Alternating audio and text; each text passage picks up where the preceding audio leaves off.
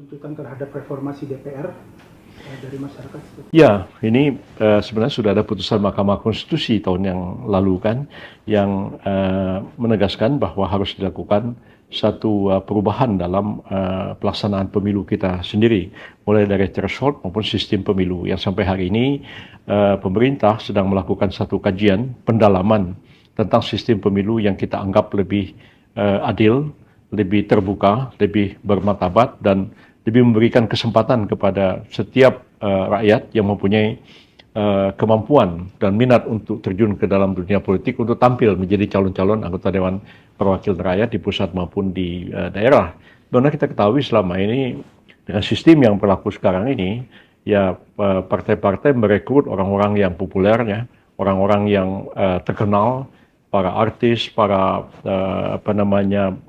influencer, sehingga kita tahu akhirnya yang terjadi apa? Yang terjadi bahwa kualitas anggota DPR kita menurun jika dibandingkan misalnya dengan pemilu tahun 1999 yang lalu. Nah, barangkali kita harus mengkaji ulang sistem pemilu kita, ya. Apakah kita mau menerapkan proporsional murni seperti sekarang? Apakah juga akan menerapkan sistem distrik?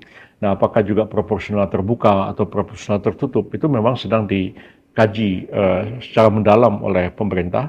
Dan saya kira Pak Mendagri juga sedang mempelajari masalah ini dengan seksama, dan diharapkan nanti jauh sebelum pemilu, rancangan undang-undang pemilu yang baru sesuai dengan putusan Mahkamah Konstitusi itu dapat kita jalankan, sehingga nanti ke depan kita akan mampu melahirkan anggota-anggota Dewan Perwakilan Rakyat yang betul-betul mampu menyerap aspirasi masyarakat. Dia berasal dari rakyat, berjuang untuk kepentingan rakyat, bukan dari kalangan selebritis yang tidak punya akar yang kuat di masyarakat, tidak mempunyai pemahaman mendasar terhadap persoalan-persoalan yang dihadapi oleh bangsa dan negara kita. Saya kira akan terjadi perbaikan dalam hal ini.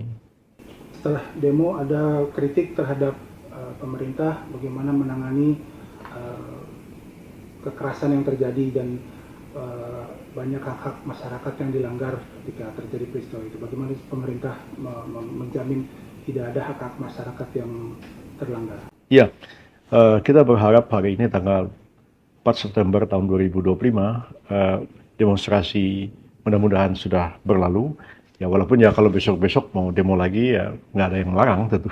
Itu adalah hak dari seluruh rakyat untuk melakukan demonstrasi sepanjang itu sesuai dengan ketentuan-ketentuan hukum yang berlaku dan mematuhi ketertiban sosial di tengah-tengah masyarakat kita.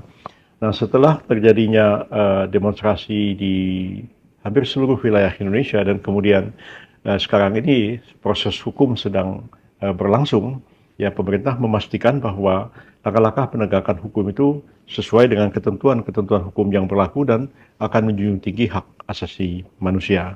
Jadi Kementerian Koordinator Bidang Hukum, HAM, Imigrasi, dan Pemasyarakatan sebenarnya telah mengambil langkah-langkah positif ke arah itu. Seperti kita ketahui, Kementerian HAM itu juga telah melakukan pendekatan-pendekatan, pembicaraan-pembicaraan dengan seluruh instansi penegak hukum, kepolisian, TNI, dan juga melakukan koordinasi dengan Komnas HAM dalam memantau perkembangan yang terjadi di masyarakat agar apa yang dilakukan oleh aparat penegak hukum itu tetap mengedepankan dan menghormati hak-hak asasi manusia. Jangan sampai terjadi pelanggaran HAM dalam upaya penegakan hukum di tengah-tengah masyarakat kita ini.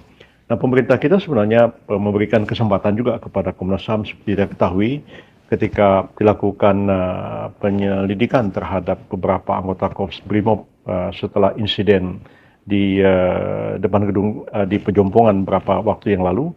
Komnas HAM kan juga dilibatkan untuk mengamati, memantau proses itu dan memastikan supaya tidak terjadi pelanggaran HAM di sana. Dan seperti kita ketahui juga memang ada beberapa pertanyaan atau tanggapan dari Komisaris Tinggi PBB urusan HAM di Jenewa yang juga tentu kita tanggapi, kita respon dengan positif, ya.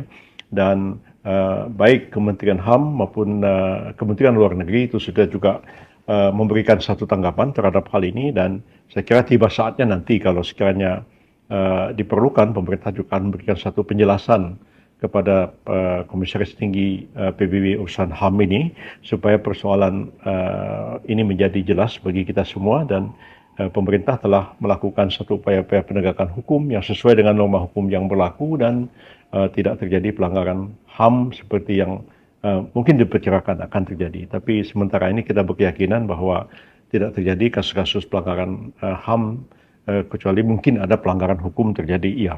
Tapi kalau pelanggaran hukum terjadi ya kita selesaikan menurut kaedah-kaedah hukum itu sendiri.